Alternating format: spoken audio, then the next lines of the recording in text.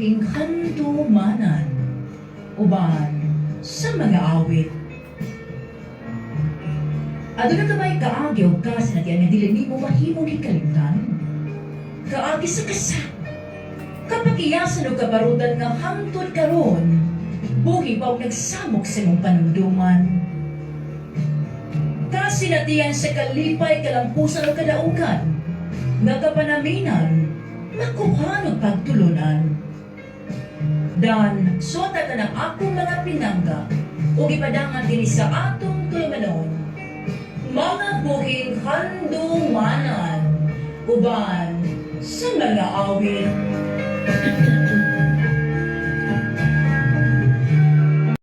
Rina, matod pa niya, nakamabdos din ako ang former niya nga boss at mawinawon ang maong kani.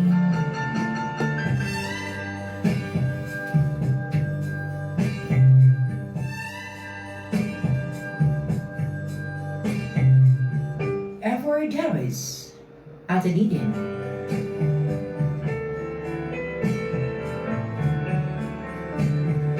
Sugo sa may kamatasan maayong hapon nga na kanimo at Edidin. Ingon masab sa mga naminaw karon sa tagsa-tagsa ka mga pinianan ang mga sama kanako nga mga suking magtatampo. Mga suking magtalambag and avid listeners naming lanog kaayo nimong programa matag hapon nga tanan ang mga buhing handumanan uban sa mga awit.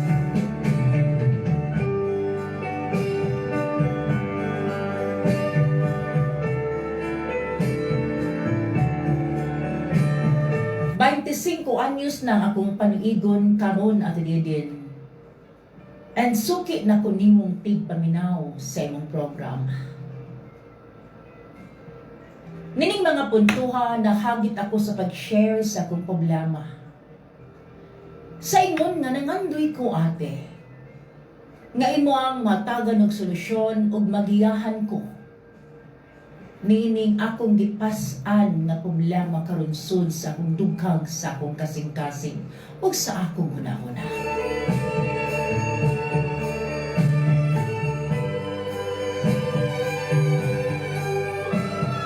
Aduna ko'y nahimong hinigugma since college pa ko at Edidin. Mauunta ko nimo mosulti, but need na kaayo nako ang inyong advice.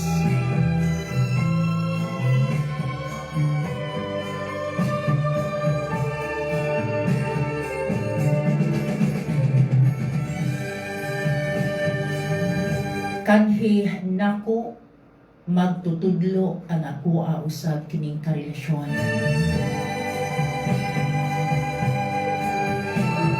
Kwarenta isyati anyos na yan panuwi ko na Edidin. At Edidin, di na ko ikauwaw kay nasayod man ko nga imong gitago ang akong pangalan o address.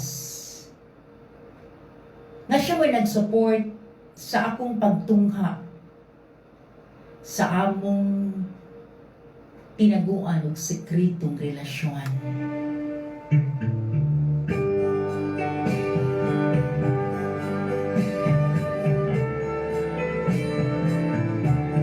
Nobody knows kabahin sa among relasyon at Edidin kami naging duwa. Natural, tungod kay nakatabang ang akong sir diri nako at Edidin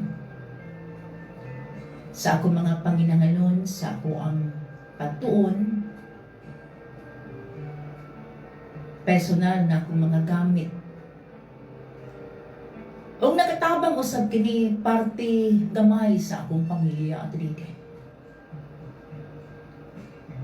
Dili na ako ikauwaw ate. Kabus ang kagikan sa among pamilya. O ako nalay kana bitaw anak sa kumaginikanan nga arisgada ug adunay goals in my life. Nga bisan unsang akong buhaton basta makahawas kami ako sa among sitwasyon. No guts, no glory. Di ba ate din? Kibuhat na ako gini.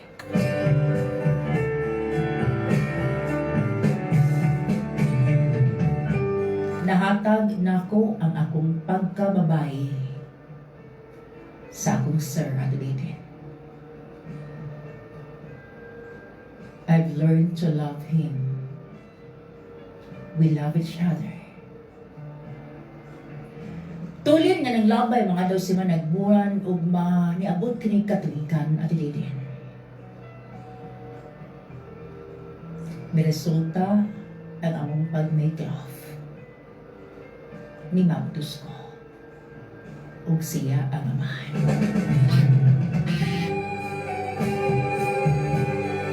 Okay naman unta kung single siya but he is a married man.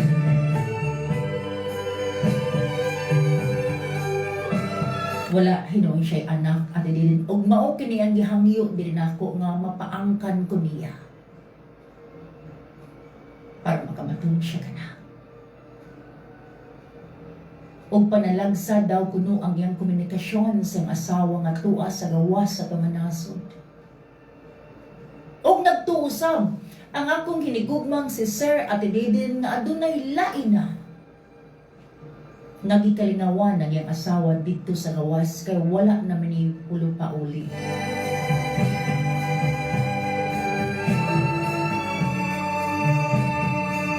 Nagplano siya nga mo file og annulment Ate Deden. Aron makaminyo kami duha.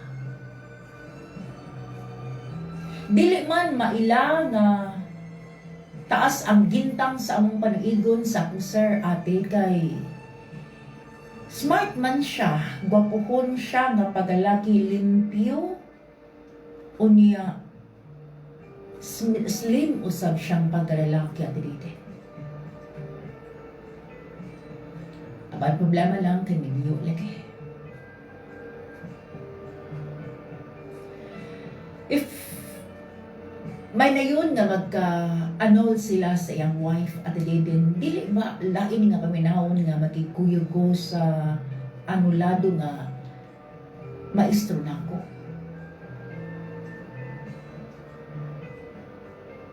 Di ba laing paminahon nga nakigsalo ko sa relasyon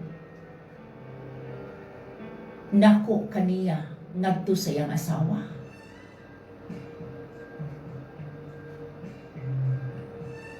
Apan ako usab kining gi panghinaot at ibig nga tumanon ni Sir Agyang gisaad din ako. Na whatever happens daw kuno magsuporta siya. Angay ba nako ni nga dawato ng iyahang offer din ako. Uunsa ang angay na kong pagabuhaton. Parehas usab ang akong mga nahimong problema kani adto te. Ado na ko'y boyfriend nga ulit tao. Pero wala'y plano nga minyuan ko. Puros lang palami. May langgani nga wa ko mamabdos. Apan ning puntuhan na mabdos ko sa usa ka minyong lalaki. Mao niya ang nakahatag na kong problema karon. Kung nabawaan sa asawa ang among relasyon. Unsay angay na kung pagkabuhato na dito. Ilabi na kay duha ka bulan o kapina kumabdos og siya ang amahan. Ati mao kini akong suwatampo karong hapuna and salamat lang daan sa paghatag nimong bantagad og sa imong tambag usab kauban ang imong mga suking magtalambag ni Mount Tulmanon. Ani ra ko kutob gikang tanan ni Rina dinhi sa Negros Oriental.